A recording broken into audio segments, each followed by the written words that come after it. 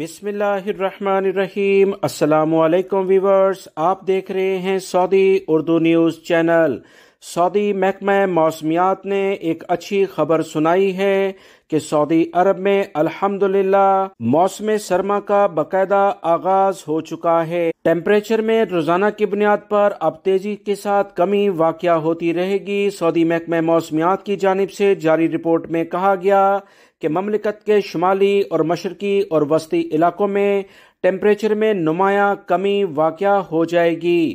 جمعے کے روز سے سعودی عرب کے مختلف علاقوں میں بھی گرج چمک کے ساتھ بارش کا بہت امکان ہے، جبکہ تیز ہوا کے ساتھ گرد و غبار کا طوفان بھی متوقع ہے۔ شمالی حدود کے بعض علاقے جس میں خاص طور پر حائل، قصیم، مشرقی ریجن اور مدینہ منورہ کے بعض مقامات پر بارش کا بہت امکان ہے، جبکہ کہیں کہیں ژالہ باری کا بھی کافی امکان ہے۔ قومی مرکز کی جانب سے مزید کہا گیا کہ البحا، اسیر اور جازان ریجن میں گہرے بادل چھائے رہیں گے اور کہیں ہلکی بارش کا بھی امکان ہے۔